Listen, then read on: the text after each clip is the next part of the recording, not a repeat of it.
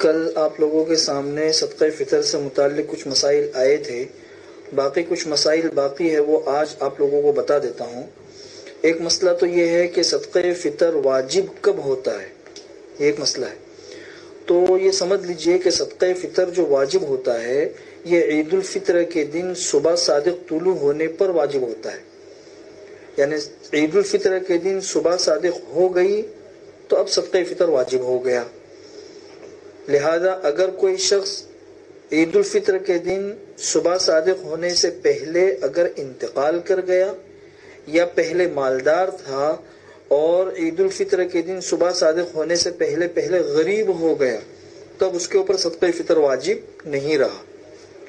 لیکن اگر کوئی شخص صبح صادق ہونے سے پہلے پیدا ہو گیا، بچہ ہے، یا کوئی غیر مسلم تھا مسلمان ہو گیا، یا کوئی غریب تھا وہ مالدار ہو گیا، تو چونکہ عید الفطر کی صبح صادق اس حال میں ہوئی ہے کہ وہ مسلمان ہے، دنیا میں موجود ہے، مالدار ہے، تو اب اس کے اوپر صدقہ فطر واجب ہو جائے گا۔ دوسرا مسئلہ یہ ہے کہ صدقہ فطر کن چیزوں کا دینا ہے، کن چیزوں کا۔ عام طور پر لوگوں کے ذہن میں بیٹھا ہوا ہے کہ صدقہ فطر جو ہے یہ 2.25 کلو گیہوں یا اس کی قیمت، بس یہی صدقہ فطر ہے۔ حالانکہ ایسا نہیں ہے۔ حضور اکرم صلی اللہ علیہ وسلم سے 4 چیزیں ثابت ہے، 4 چیزیں کہ حضور اکرم صلی اللہ علیہ وسلم، ایک تو گیہوں اگر دینا ہے تو نصف سا گیہوں یا اس کی قیمت، نصف سا کا مطلب 2.25 کلو گیہوں یا اس کی قیمت۔ دوسرا، اگر کسی شخص کو جو سے صدقہ فطر دینا ہے تو پھر 3.25 کلو جو یا اس کی قیمت۔ تیسری چیز ہے کشمش، اگر کسی شخص کو صدقہ فطر کشمش سے ادا کرنا ہے تو 3.25 کلو کشمش یا اس کی قیمت۔ چوتھی چیز کھجور ہے، اگر کسی شخص کو صدقہ فطر کھجور سے دینا ہے تو 3.25 کلو کھجور یا اس کی قیمت۔ یہ 4 چیزیں ہیں۔ لوگ سمجھتے ہیں کہ صرف 2.25 کلو گیہوں یا اس کی قیمت ہے، اس کے حساب سے دے دو تو صدقہ فطر ادا ہو گیا، ادا ہو جائے گا۔ لیکن جس کی جیسی حیثیت ہو اس حیثیت کے مطابق یہ 4 کیٹیگریاں ہے۔ ہر انسان اپنی حیثیت دیکھے اور اپنی حیثیت کے مطابق پھر وہ صدقہ فطر ادا کرے۔ حضور اکرم صلی اللہ علیہ وسلم کے زمانے میں صحابہ کرام اور حضور اکرم صلی اللہ علیہ وسلم یہ لوگ جو صدقہ فطر دیتے تھے یہ کشمش اور کھجور سے دیتے تھے، 3.25 کلو کھجور یا کشمش۔ کیوں؟ اس لیے کہ اسی کی پیداوار مدینہ میں زیادہ تھی، گیہوں کی پیداوار حجاز کے اندر نہیں ہوتی تھی۔ گیہوں جو ہے یہ یمن اور شام سے ایکسپورٹ ہوتے تھے مدینہ اور حجاز کے اندر، تو چونکہ گیہوں وہاں پہ بہت نایاب تھے اس لیے حضور اکرم صلی اللہ علیہ وسلم اور صحابہ کرام جو صدقہ فطر ادا کرتے تھے یہ کشمش اور کھجور ہی کا ادا کرتے تھے۔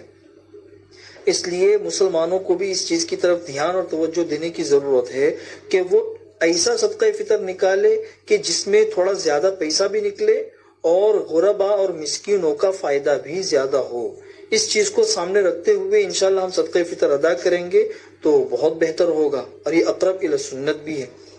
تیسری بات یہ دھیان میں رکھیے کہ صدقہ فطر جو ہے نا وہ معاف نہیں ہوتا۔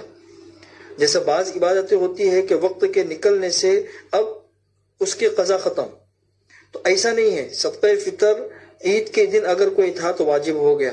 اگر بہتر تو یہ ہے کہ عید الفطر میں عید کی نماز پڑھنے سے پہلے نکال دے، لیکن اگر عید کی نماز پڑھنے سے پہلے کوئی نہیں نکال سکا تو پھر یہ صدقہ فطر معاف نہیں ہوتا۔